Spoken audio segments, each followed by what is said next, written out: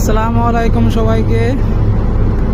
এখন যে জায়গাটাতে আছি এখানে এক পাশে হচ্ছে চায়না আর এক পাশে তাইওয়ান। আমার এই জাহাজের স্টারবোর্ড সাইড, এটা স্টারবোর্ড সাইডের এই পাশে যেই পাহাড়গুলো দেখা যাচ্ছে এটা হলো চায়না, আর হচ্ছে পোর্ট সাইডে যদি আমি যাই, পোর্ট সাইডে হচ্ছে তাইওয়ান।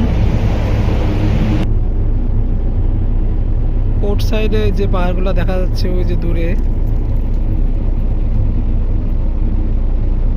এটা হচ্ছে তাইওয়ান। এই পাশটা হচ্ছে তাইওয়ান।